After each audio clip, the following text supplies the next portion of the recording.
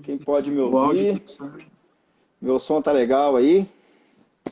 Tô ligado, o som Thiago, tá bom? Tô ligado, Thiago, mas mesmo com o fone tava dando retorno. Bom, Beethoven, vamos lá.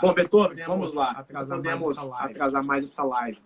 Beethoven, obrigado mais uma vez, né, pela participação, pela disponibilidade do seu horário. Já são 10 da noite aí nos Emirados. 7. Eu acho que esse tema de hoje é um tema bem relevante para muitas pessoas, principalmente pessoas que trabalham com vídeo especificamente. Né? Então, eu agradeço mesmo a sua disponibilidade. Se você contasse um pouquinho quem é o Beethoven, qual a sua experiência no vídeo, quantos anos você tem, para que as pessoas conheçam o seu trabalho, Beethoven.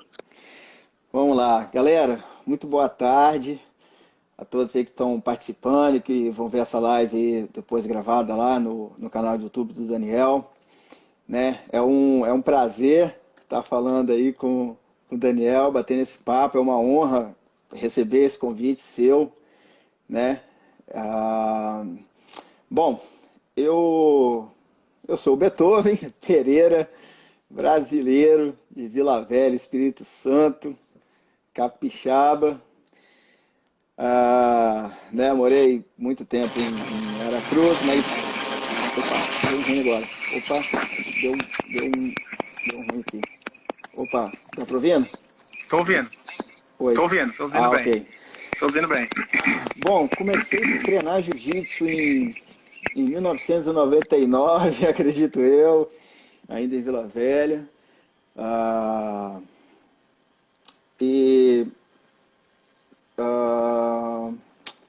Comecei a treinar jiu-jitsu aí, né, no fim dos anos 90. Em 2004, foi minha primeira viagem para fora do Brasil. Eu era faixa roxa e eu iniciei ali como instrutor na Inglaterra, né? Foi bem legal. Retornando ao Brasil, depois de um tempo, né, conquistei a minha faixa preta em 2011, né?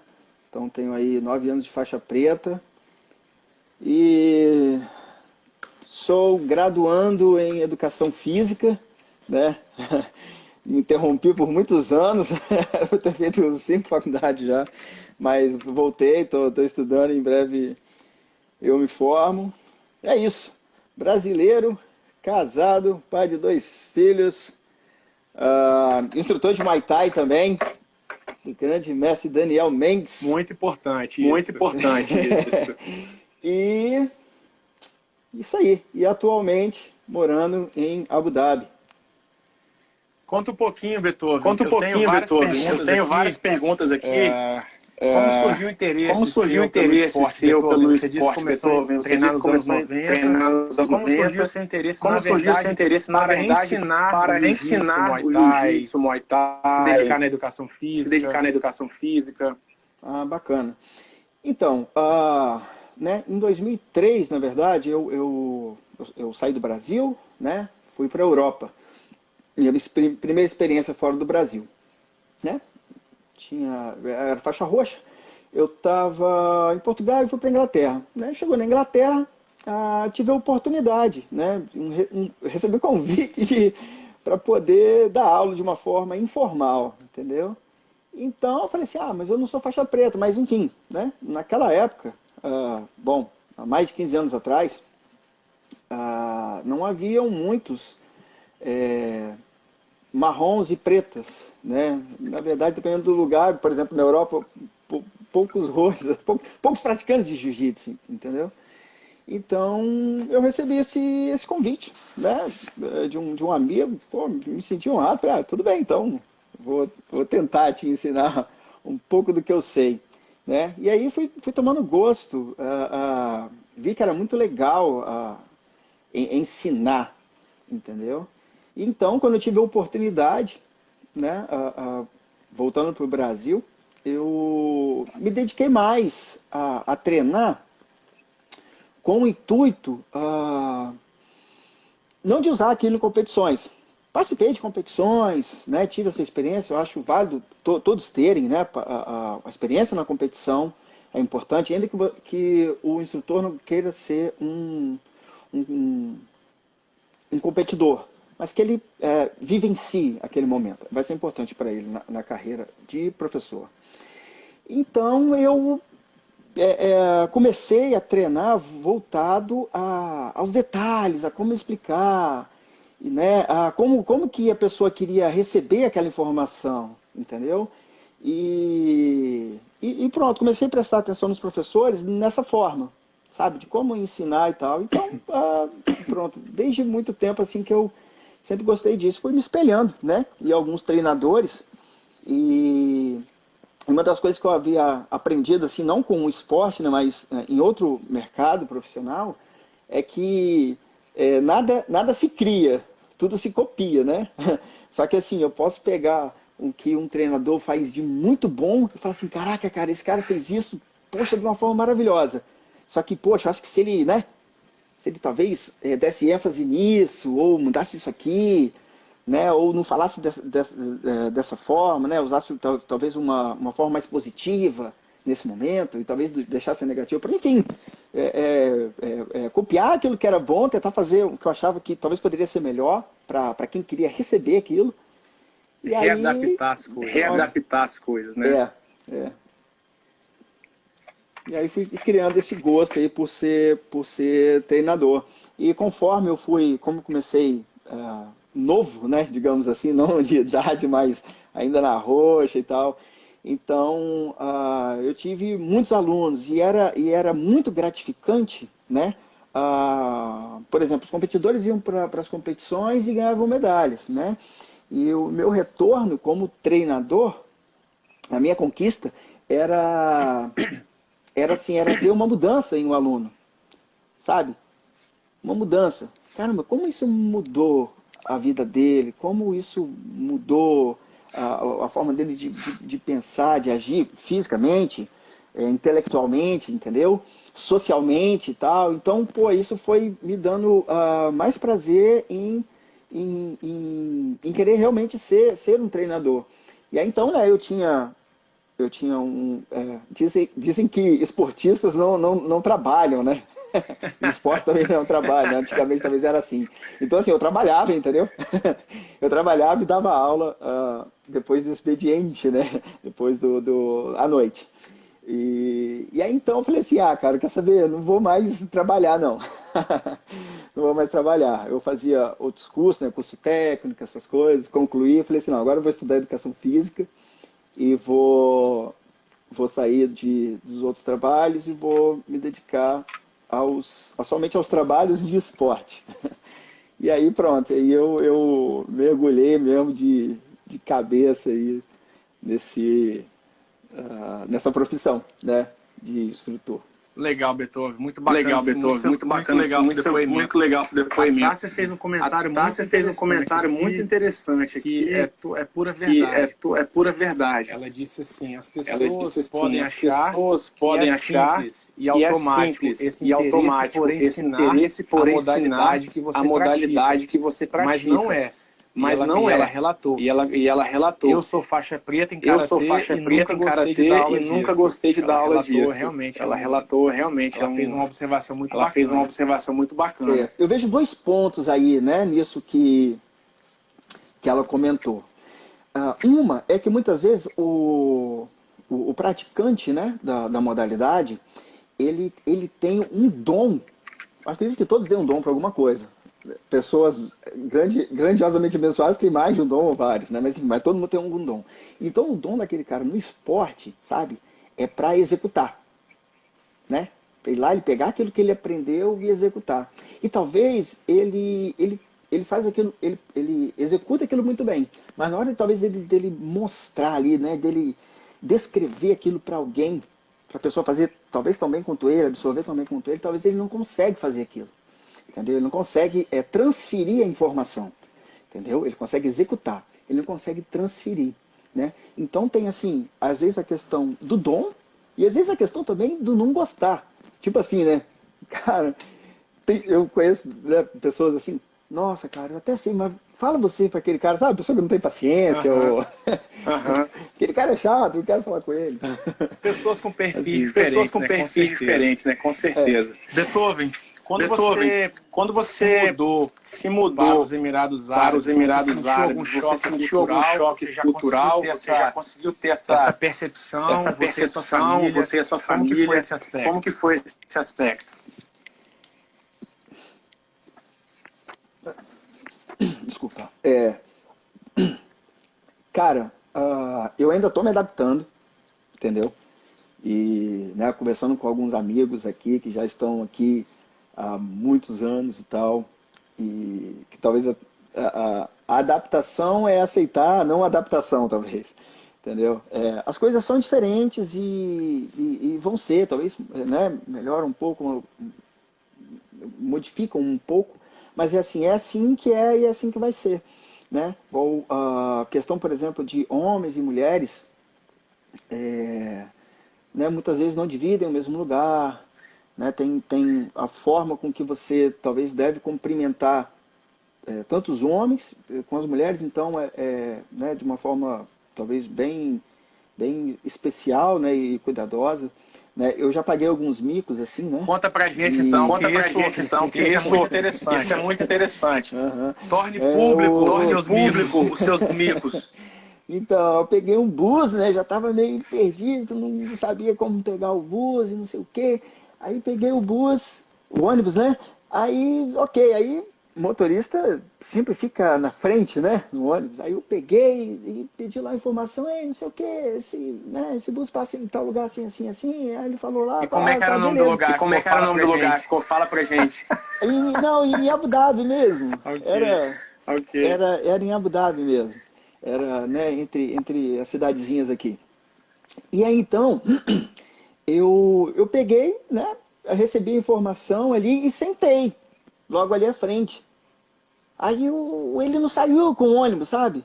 Aí eu fiquei assim, aí todo mundo começou a me olhar, eu falei, poxa, mas aí, enfim, aí alguém chegou pra mim e falou assim, hein, você não pode sentar aqui não, porque aqui é lugar de mulher, você senta lá atrás, entendeu?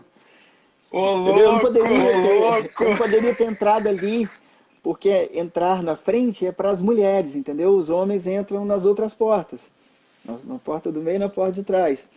E além de eu entrar na frente, eu ainda sentei na frente, entendeu? Aí falou, não, você não pode estar aqui, você é um homem, você tem que sentar lá atrás. Aí, esse é um dos muitos aí.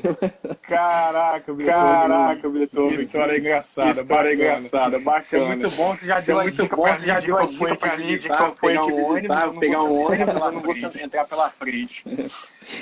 Tem uma pergunta aqui da Ana, quanto tempo tem que você está nos Emirados? E como chegou a proposta de você ir para dar aula aí? Na verdade, a pergunta da Ana, eu já também iria fazer uma pergunta semelhante. Como surgiu essa oportunidade? Ou como você criou essa oportunidade? Bom, eu como professor de jiu-jitsu, né, há muitos anos, ser professor de jiu-jitsu nos Emirados Árabes é realmente um sonho para muitos, né, treinadores aí da área do jiu-jitsu, né? Então, há 2 anos atrás, eu participei de um processo seletivo, né? Eu participei de um processo seletivo para uma grande empresa aqui que contrata, né, os professores, né, e presta serviço para os ministérios aqui, né, do governo. 2 anos atrás. 2018. E aí eu fui aprovado, né? Eu passei nas provas nas provas de títulos, né, nas provas de inglês, porque aqui dá aula em inglês, né? Aqui a língua nativa é o árabe e o inglês é uma língua secundária, né? Então, passei em todos os testes, fui aprovado, porém né, teve uma situação que eu não pude vir naquele momento, entendeu? E aí então, no ano passado, né, eu novamente fiz contato, né? Eu e a empresa tivemos contato E no início desse ano eu fui convocado. Eu já não estava mais no Brasil, já estava morando na Europa de novo, mas aí eu fui convocado, né, para vir para cá e fazer tudo. E aí pronto. E cá estou. Tem quanto tempo mais ou menos? Tem quanto tempo mais ou menos? Já que Foi você o ano tá aí, passado, você foi o ano passado no final do ano, foi esse ano no começo? Né, eu vim no início desse ano, né? Quer dizer, deveria ter vindo há muito tempo antes, mas eu cheguei aqui em fevereiro. Bacana. Bacana. E você comentou sobre a oportunidade. Fala um pouquinho pra gente como você já era um conhecedor do jiu-jitsu nos Emirados Árabes, até porque você fez essa aplicação de trabalho há 2 anos atrás, então você sabia, você tinha uma perspectiva de como era o mercado que você gostaria de encontrar. Então tem uma pergunta aqui, que é sobre como você, o Beethoven, vê o jiu-jitsu nos Emirados Árabes. As possibilidades. Até para que você possa falar para as pessoas aqui assistindo, e que virão assistir, que trabalham com para que jiu-jitsu, desperte ou não o interesse deles de um dia abrirem a possibilidade de também se mudarem para os Emirados e seguir uma carreira como professor de jiu-jitsu. Antes, se você me permitir, eu queria dizer, para talvez a gente entrar melhor nesse assunto, como o país e os líderes do país veem a importância do jiu-jitsu. Claro, entendeu? Pode falar. E como que isso foi introduzido aqui, entendeu? Né? Vossa Majestade Sheikh Tanum, né, na década de 90, nos Estados Unidos, ele conheceu o jiu-jitsu. Certo? E aí, então, se apaixonou, aquela coisa toda, né? Perto dos anos 2000, né? Ele foi graduado faixa preta pelo Renzo Gracie, né? Então, casca grossa aí também. Então ele viu tudo aquilo, achou aquilo maravilhoso, né? Que tinha transformado, né, nele e então na família dele, né? Que aí ele foi passando ali para os filhos e tudo mais. E aí, então, ele viu, né? Poxa, o que isso fez por mim e pelos meus filhos, eu vou levar isso para o meu país, que o jiu-jitsu também, o que ele fez de bom para minha casa, ele vai fazer de bom para minha nação, entendeu? Então, foi por aí, por esse caminho, sabe? Pela experiência dele vivida que ele decidiu incluir o jiu-jitsu no currículo do país, dos Emirados Árabes Unidos. Então o jiu-jitsu aqui ele tem uma importância muito grande, né? Por exemplo, o líder, né, desse país, né, Vossa Alteza Sheikh Mohammed, que também é o líder supremo militar, né? Ele vê isso com tal importância, o jiu-jitsu, sabe, na formação da pessoa, assim, sabe, com tal importância que um militar, ele só sobe de patente, por exemplo, o cara só se torna um tenente no exército aqui, se ele for graduado no jiu-jitsu, faixa roxa e tal. Sério? Entendeu? O jiu-jitsu, ele faz parte do currículo, sabe, nas escolas e no serviço militar. Por exemplo, na escola se estuda ciências, geografia, matemática e jiu-jitsu, sabe? O jiu-jitsu ele é opcional na escola, ele é opcional para as meninas, entendeu? Mas para os meninos, né, por conta da cultura, mas para os meninos é uma disciplina obrigatória, sabe? Com nota e tudo mais. Entendeu? Então o jiu-jitsu é importantíssimo aqui. Então, aqui se acredita, sabe, dessa forma. Os benefícios que o jiu-jitsu traz para a pessoa, né, em termos de saúde, né, física e mental, né? Então, vamos lá. Se você tem um indivíduo mais saudável, certo? Ele vai reproduzir melhor, né? Seus filhos ali, a sua família, ele vai reproduzir melhor. Vai ter uma genealogia melhor. né? O indivíduo mais saudável, sabe? Ele vai ser mais produtivo na sociedade, sabe? De todas as formas, né? A gente conhece, né, uma pessoa com saúde, ela é mais feliz, ela é mais disposta a trabalhar, ela é mais bem-humorada, enfim, ela é um indivíduo positivo, né, na sociedade. Na parte da saúde, né? A gente pegando, né, na parte da saúde física, a gente pegando a parte da saúde mental, certo? O indivíduo que é mais determinado, sabe? Que ele é mais concentrado, mais disciplinado, né? Ele também vai ser uma pessoa muito melhor para a sociedade, entendeu? Então você pega um indivíduo, né, que tem uma saúde física e mental, né, determinado, é saudável, esse indivíduo ele vai fazer uma diferença muito grande na sociedade, né? Esse indivíduo ele vai ser um líder muito melhor no futuro, né? Essa criança vai se tornar um adulto, um cidadão, e se ele for um líder, ele vai se tornar um líder muito melhor. Agora você imagina uma pessoa, o quanto que ela pode fazer a diferença. Agora você imagina uma nação inteira, assim. Verdade, verdade. Você entende? Então, assim, essa talvez, eu acho que é a visão principal aqui, entendeu? É trazer esse benefício, né, sem egoísmo para a nação, né, para todos. Então, o jiu-jitsu aqui é muito importante, né? E com isso as pessoas precisam estar bem preparadas, né? Os profissionais, né, precisam estar muito bem preparados, né, na sua formação, né? Tá buscando a formação acadêmica, né? Ser realmente ali ter uma base firme, né, do conhecimento do jiu-jitsu, né? Não só da parte competitiva do jiu-jitsu, né? Do jiu-jitsu não só como esporte, mas também o jiu-jitsu como filosofia, né? Do que você precisa ter e fazer além dos movimentos, né? Físicos ali, técnicos, né? Além da chave de braço, além do estrangulamento, além das quedas e controles, né? Por exemplo, como lidar com a derrota, né? Vencer é fácil. Como lidar com a derrota? Verdade. Né? Verdade. Eu costumo dizer que o jiu-jitsu tem um lema, né? Que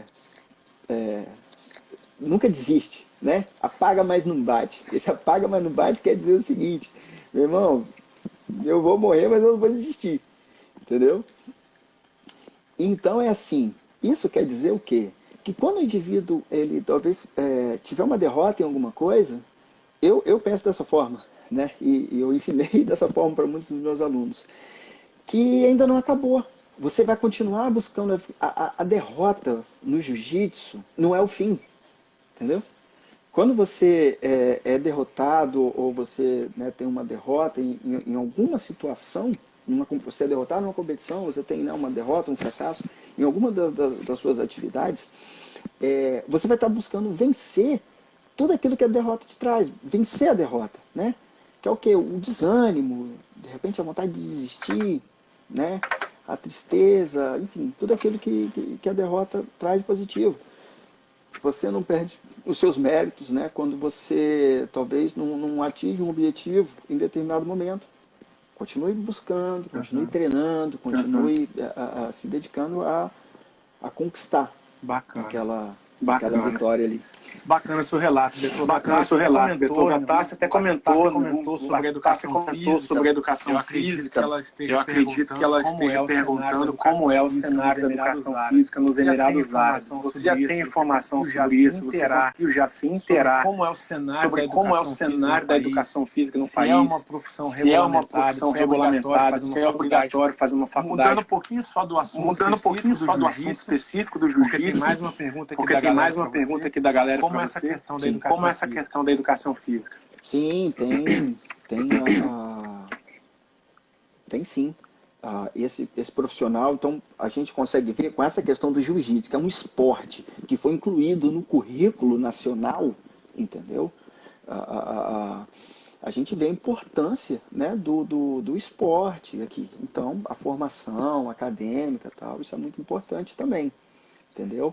Então, sim, né, nas academias nas instituições, né, esportivas, com certeza você, para concorrer ali a alguma vaga, dependendo, né, da sua posição, na área do esporte, se for na educação física e tal, você vai precisar ter alguma formação, realmente de graduação, né, na educação física. Entendi. Entendi. A Cleide, ela perguntou, tem mais uma pergunta aqui para você também, se qual time você faz parte? Na verdade, eu não entendi se seria alguma equipe no Brasil na qual você representa, ou se se seria aí nos nos Emirados Árabes. Mas como que está essa situação hoje em dia? Só para responder os dois lados da pergunta, de qual equipe você vê aqui relacionado ao Brasil, e se aí também nos Emirados Árabes tem esse lance de equipe e em qual equipe você está ou você estaria? Sim. Bom, eu recebi a faixa preta, né, do professor Giovanni Almeida, né, equipe já Fight, então eu sou formado faixa preta.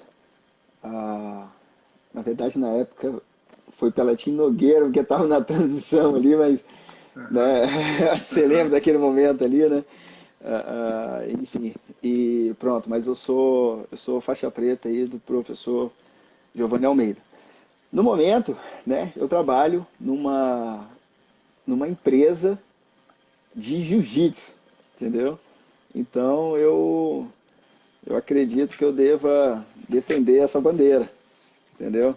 Com certeza. Mas aí vamos ver como é que vai ficar o futuro aí.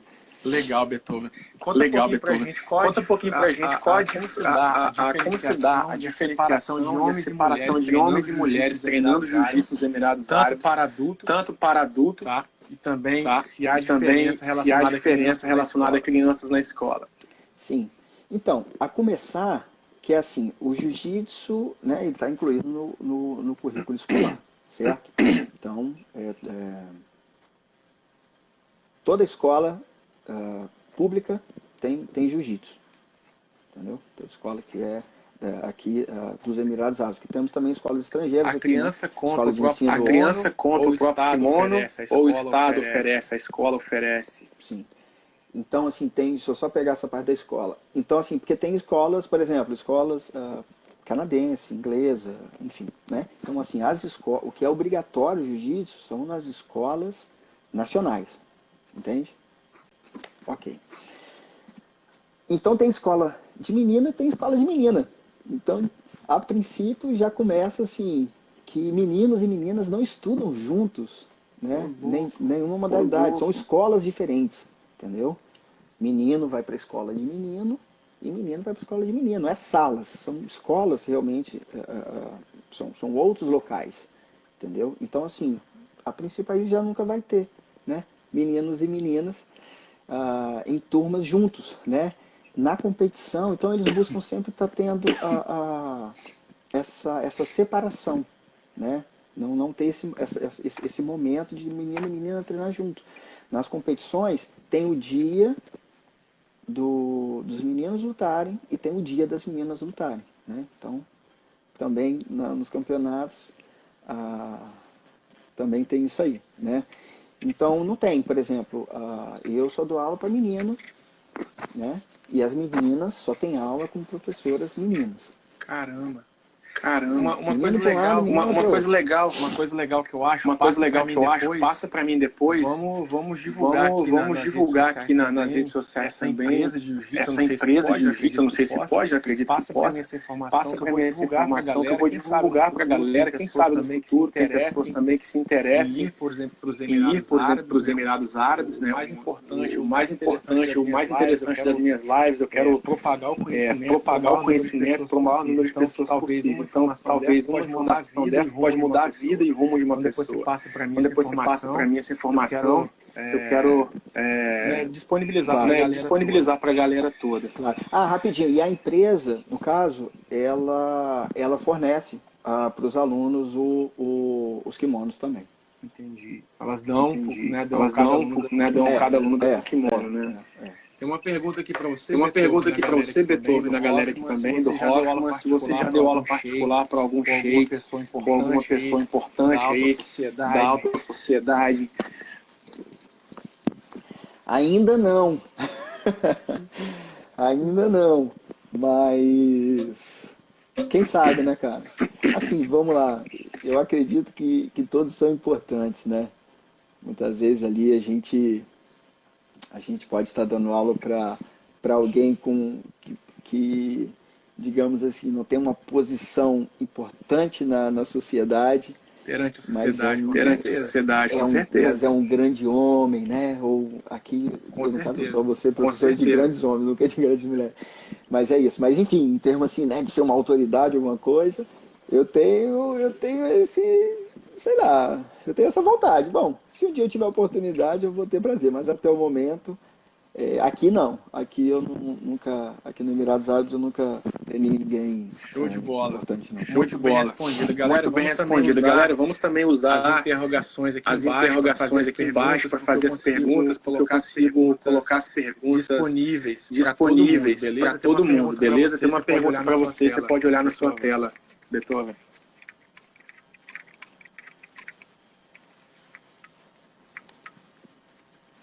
Conseguiu ver aí, Beethoven? Beethoven? Consegui. Os salários são por hora aula ou são fixos? Muito boa pergunta, então, Eduardo. Muito boa pergunta, Eduardo. Tá. Onde eu trabalho é salário fixo. Entendeu? Onde eu trabalho é salário fixo. Mas eu acredito que a maioria, pelo que eu vi aqui, né, a maioria dos lugares você trabalha por salário fixo. Porém, o salário fixo, ele sempre, em todos os lugares, ele sempre é baseado na hora-aula, né? Você trabalha X horas e aí você recebe salário fixo. Mas eu acredito que ele quis perguntar como que é fechado, de repente, um contrato, né? Os contratos aqui são fechados por salário fixo, entendeu? Baseia-se o número de horas que você vai trabalhar, você tem um valor da sua hora, então o seu contrato é por salário mensal fixo. Beethoven, qual a carga horária da disciplina do jiu-jitsu nas escolas? Semanal. Quantas aulas por semana? No caso, obviamente, já que as escolas são separadas, meninos não treinam com meninas, não estudam com meninas, quantas horas por semana, a escola masculina ali recebe aula de jiu-jitsu e quantas aulas a escola feminina recebe? Então, é uma aula por semana, entendeu? De uma hora. De uma hora. Na verdade são 45 minutos.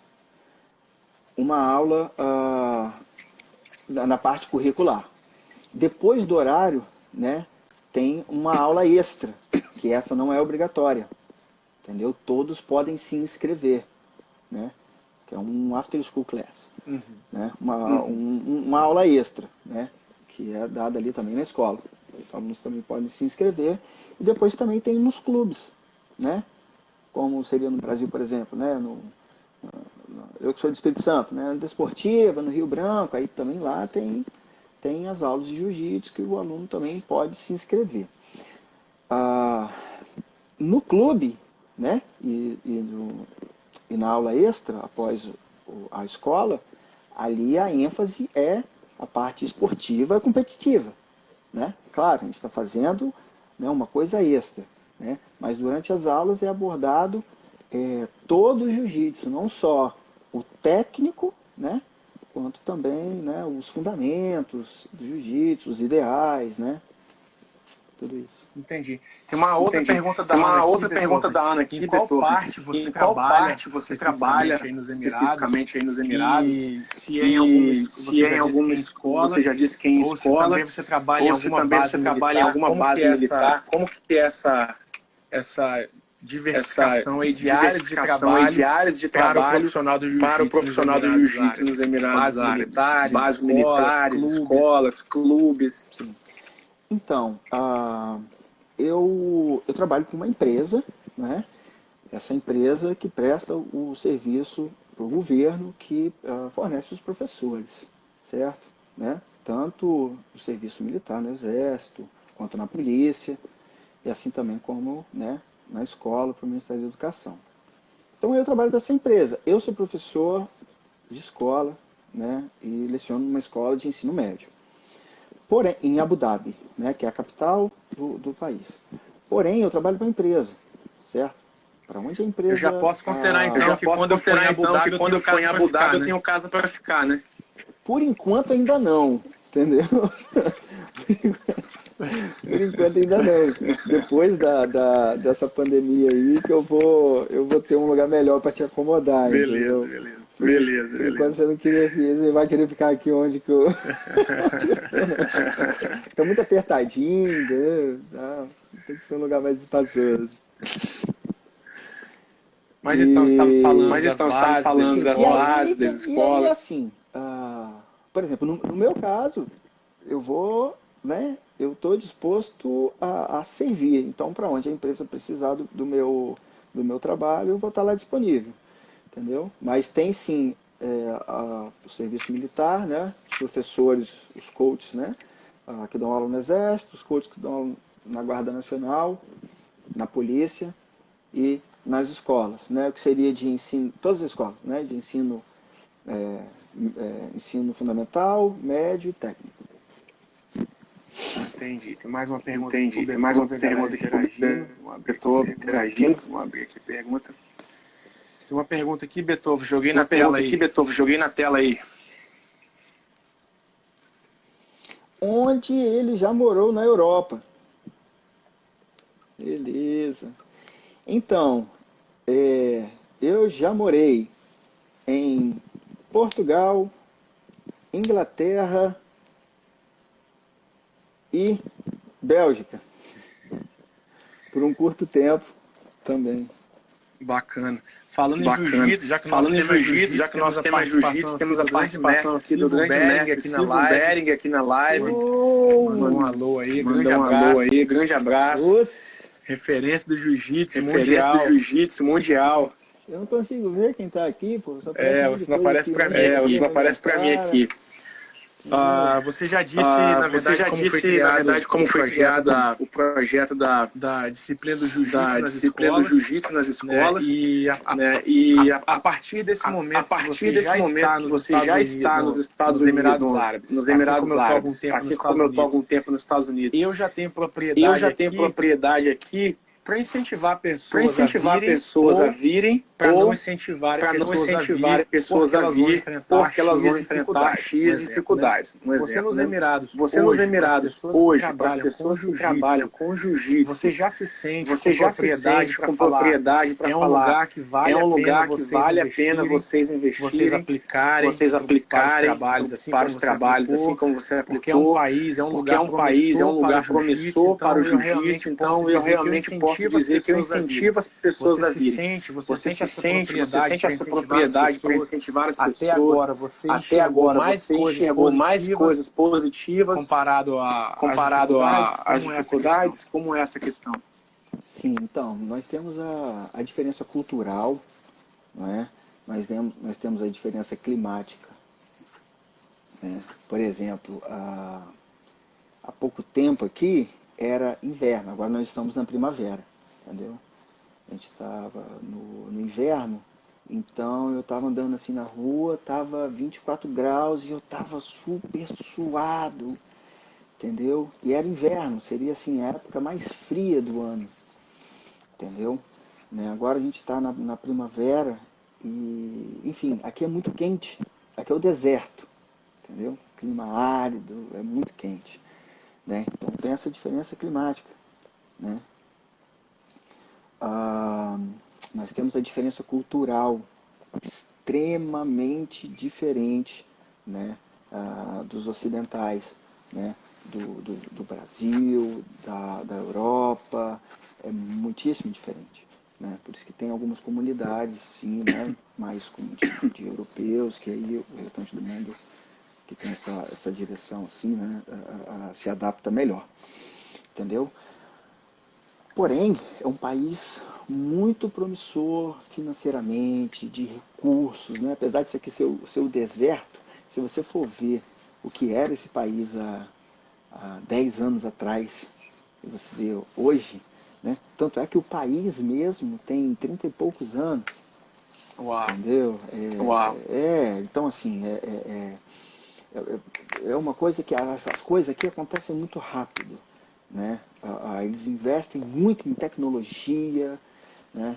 São muitas coisas que realmente assim a gente vê o quanto o crescimento aqui ele é acelerado e avançado, entendeu? Ele não só cresce rápido, mas ele cresce rápido ao nível das grandes potências, entendeu? Então assim, eu acredito que é de cada um, né? Talvez medir os prós e contras, né? Talvez o que a pessoa deseja para a sua vida, né? O que ela vê como qualidade de vida e tal. Mas em termos, dependendo da profissão, no caso do jiu-jitsu aqui, o jiu-jitsu aqui é uma das maiores potências mundiais. Entendeu? Grandes atletas de jiu-jitsu estão aqui como professores, né? Não é o meu caso, eu sou professor. Mas tem grandes campeões aqui, mundiais, tal, que são, por exemplo, oh meu Deus, como é que é o nome dele? O Ramon Lemos, né? Ele é acho que muitos conhecem, né? Foi um dos criadores lá da Atos, professor dos irmãos Mendes, né? Do Rafael Mendes e tal. Ele é treinador do time nacional aqui. Então, assim, realmente aqui tem grandes nomes do jiu-jitsu, né? Aqui, vivendo aqui, ensinando e trabalhando de alguma forma, às vezes como supervisores, né? Por exemplo, o meu supervisor é faixa preta, alto nível, entendeu? Né? Ele é americano, ele é árabe, ele é brasileiro, entendeu? O meu gerente também é faixa preta, entendeu? Então, assim, o meu chefe é faixa preta, o chefe do meu chefe é faixa preta, os meus colegas de trabalho são faixa preta, supervisor é faixa preta, sabe? Então, assim, é realmente uma potência muito grande, entendeu? Do jiu-jitsu, os caras que trabalham no escritório são faixa preta, entendeu? Então, assim, é uma potência muito grande do jiu-jitsu e eu acredito que é sim um bom lugar para um professor de jiu-jitsu. Assim fica difícil pedir aumento, né, Beethoven? Beethoven, tem uma pergunta aqui da Dalvina. Ela perguntou sobre o curso de vida. Muito boa pergunta, Dalvina. Como é o curso de vida para se manter nos Emirados, comparado ao Brasil? Vamos falar assim, na referência Brasil.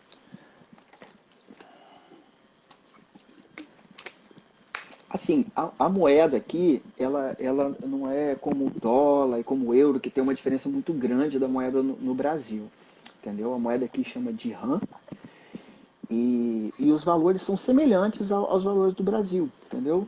Teve época que um dirham era aproximadamente R$1, entendeu? Eu como já vivi em outros lugares, Daniel, do mundo, assim, né?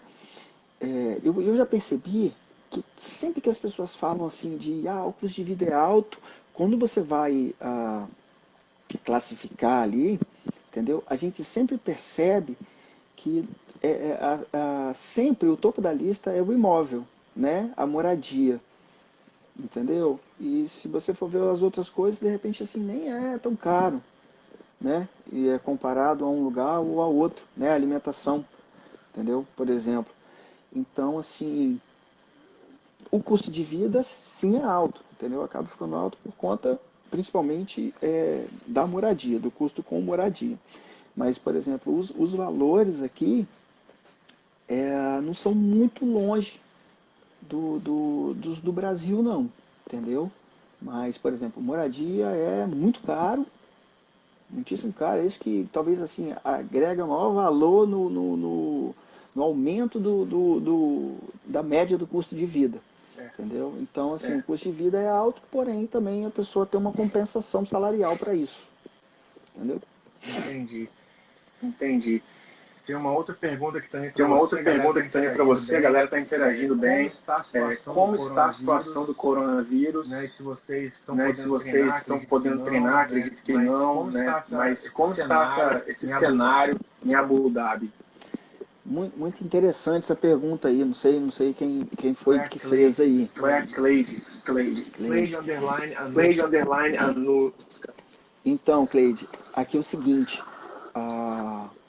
Nós, né, aqui no Emirados Árabes, nós entramos em quarentena, assim, logo na primeira semana de março, entendeu? Entrou em quarentena. Medidas que eu tenho visto, assim, né? Eu tenho família na Europa, né? Tenho família também no Brasil, né? Tenho alguns amigos, né? Daniel, outros amigos também nos Estados Unidos. Tem alguns amigos assim espalhados pelo mundo. E eu vi que medidas que alguns países estão tomando agora, que ainda nem tomaram, que estão discutindo, aqui já fizeram, sabe? Porque uma das coisas que tem aqui, como a gente viu, né? Só voltando um pouquinho, como assim, né? Os líderes aqui, né? Vossa Majestade acredita que isso aqui é melhor para o país, ele não precisa ir pedir para alguém, entendeu? Para Congresso, alguma coisa, ele pede e fala assim, não, olha, vamos fazer isso aqui, porque isso aqui é melhor para o nosso povo, e vamos fazer agora, né? Então é isso, ele não tem limite, entendeu? Então, as coisas aqui aconteceram assim muito rápido. Nós temos olha, o número de mortos, entendeu? Total, até hoje, pelo coronavírus aqui, é menos de 50 no país. Eu não estou falando da capital, estou falando do país, entendeu? Então, assim, um depoimento, né, que o Vossa Alteza Sheikh Mohammed deu, que foi assim, todos, né, os cidadãos e residentes desse país, né, podem ficar tranquilos que não vão lhe faltar nada, assistência à saúde, essa coisa toda. Então o governo aqui, ele tem assim, dado realmente uma prioridade total para isso, entendeu? Então, assim, esportes, né, já tem um bom tempo que está suspenso toda atividade que tenha contato, né? Porque a questão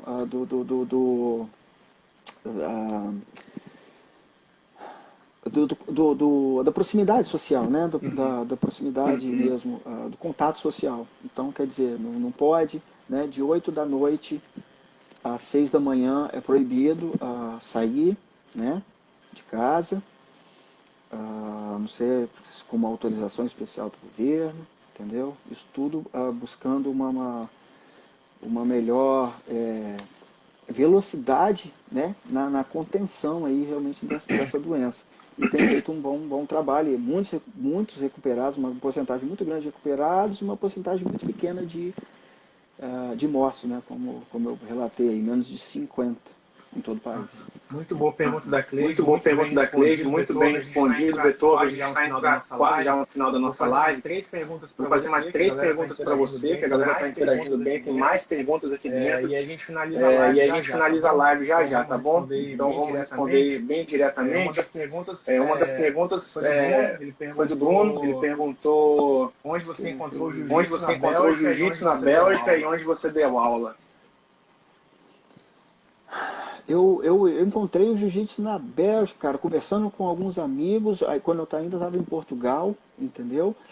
Aí eu já fui para lá, né, a convite, né, de alguns amigos, faixas pretas, né, e fui para lá, conheci, né, fui muito bem recebido lá por um amigo lá, o Jorge Henrique, né, fiquei na casa dele e fui muito bem recebido pelo professor Marco Aurélio, da GF Team Bélgica.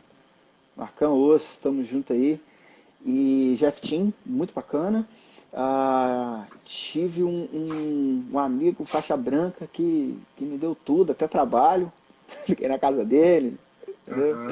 Muito bacana. E jiu-jitsu, hoje em dia, cara, em todo o mundo, ele tem, né, um brasileiro lá, bom, casca grossa, dando o seu melhor, vivendo para aquilo ali, entendeu? Ele não está, muitas vezes, né, a gente claro, precisa dos recursos para viver, mas muitas vezes nós queremos viver aquilo, né?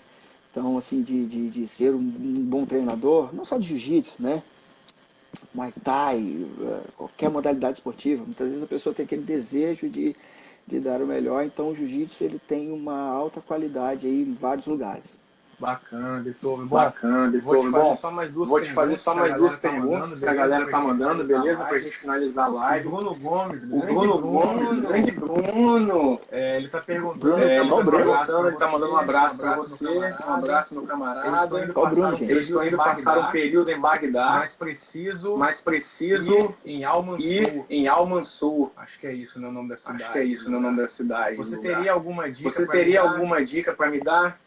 Bruno Gomes? Bruno do MMA, do Jiu-Jitsu aí, do Espírito Santo. Bruno, casca grossa. Casca grossíssima. Eu tomei altos amassos. O Bruno Alves tava na cara também na época de MMA e Daniel e tudo mais aí. Ele falou que tá vindo, né, pra ele cá, tá indo né? passar um período Ele tá indo passar um período em Bagdá. Mas ele precisa ir em Al-Mansur. Acho que é isso o nome, né, Bruno? Acho que é isso o nome, né, Bruno? Me corrija aí, Bruno. Se eu tiver errado. Cara, eu não sei. E, sinceramente, agora então, meu irmão, eu acredito que ele não vai vir por agora. Se ele tiver que vir por agora, o melhor conselho que eu posso dar é adie sua viagem, mano. Não venha. Entendeu? Não venha porque, se você for para algum lugar agora, você vai ter que chegar no lugar, vai ter que ficar de quarentena. Você pode ter alguma complicação na sua chegada no país, no lugar. Entendeu? E talvez você possa ser restrito ali, ser impedido de ir fazer aquilo que você está indo fazer. Então, o melhor momento agora para todo mundo, inclusive para faixa preta. Faixa preta não é blindado, é blindado por dentro, mas por fora ali a gente não está imune, né? As doenças e tal. Enfim, tá uma loucura. Alguns aeroportos não estão aceitando, não estão dando visto, entendeu? Então, eu acredito que o momento não é agora para fazer viagens para o exterior sem ter visto, sem ter alguma coisa assim, entendeu? Mas qualquer coisa, se eu for vir para lá de cá, dá um toque lá depois, Brunão. Beleza. Ouviu aí, né, como eu puder aí.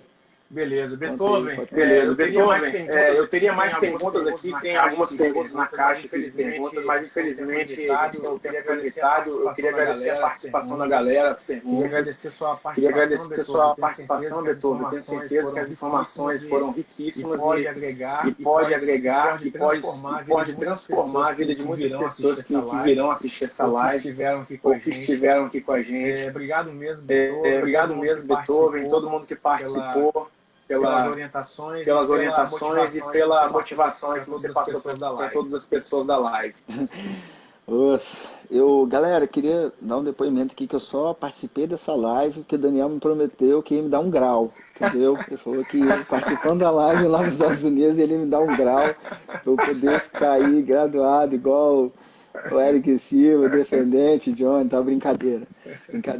É uma grande honra para mim mesmo participar dessa live com esse grande profissional que é o Daniel Mendes, né? Como eu falei no início da live, que eu me espelhei, né, em alguns treinadores. Estou falando isso aqui não, né, porque é a live com o Daniel Mendes e tal, mas que realmente, né, uma coisa que eu aprendi, entendeu? Com o meu pastor, é que assim, que a gente dá honra a quem tem honra. Né? E o Daniel sempre, enfim, ele sempre para mim foi um modelo de como ser um treinador, entendeu? Até no jiu-jitsu eu me espelhei muito nesse profissional aí. Eu que agradeço, galera, ter participado aí, espero que tenha contribuído de alguma forma aí com conhecimento aí para a galera, e estou à disposição aí, mestre Daniel. E estou à disposição aí da galera, no que precisar aí. Tamo junto. Beleza, Beethoven. Grande abraço. Tudo de bom para você. Que a gente supere logo essa crise. Um abraço para todo mundo. Obrigado pela participação. Valeu, galera. Quando terminar a crise aí, você vem tomar um leite de camelo aqui. Tá doido, rapaz. Eu quero um cafezinho. Valeu, Beethoven. Valeu, galera. Valeu, galera.